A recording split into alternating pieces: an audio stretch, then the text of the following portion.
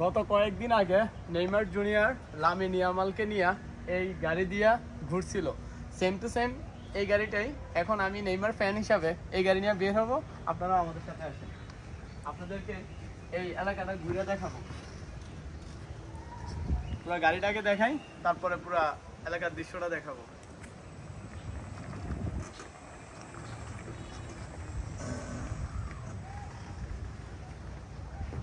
এই হলো আমাদের ফুটবল মাঠটা।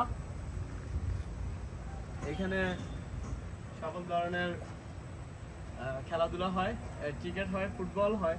বিশেষ করে মাঠটা ফুটবলের জন্যই করা হয়েছে। আর সামনে হেলিপ্যাড, আর এই ডান পাশে হইলো ফুলের বাগান, ফুলের নার্সারি করা হয়। আর একটু সামনের দিকে আপনাদেরকে নিয়ে যাই।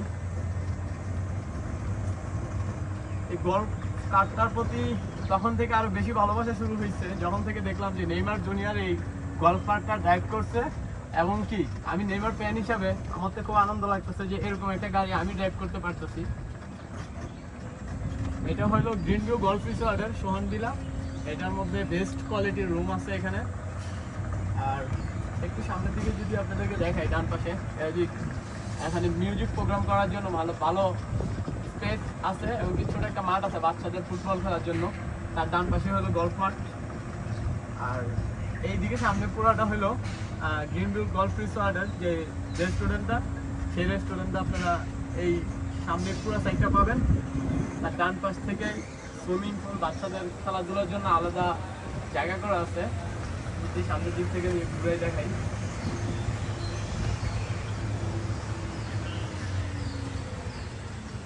তারপরে এই দিকটা যদি আমি দেখাই, এইদিকে পুরো একটা কমিটি সেন্টার মতন, মানে পুরা এরিয়া নিয়ে বিভিন্ন ধরনের পার্টি করার জন্য ওই জায়গা আছে পুরা এরিয়া নিয়ে।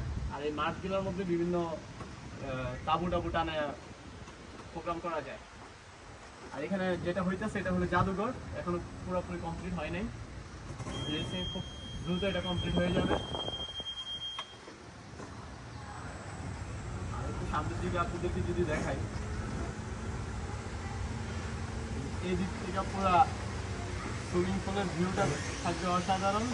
এটা হলো গ্রিন ভিউ গল্ফ রিসর্টের বেস্ট একটা পয়েন্ট।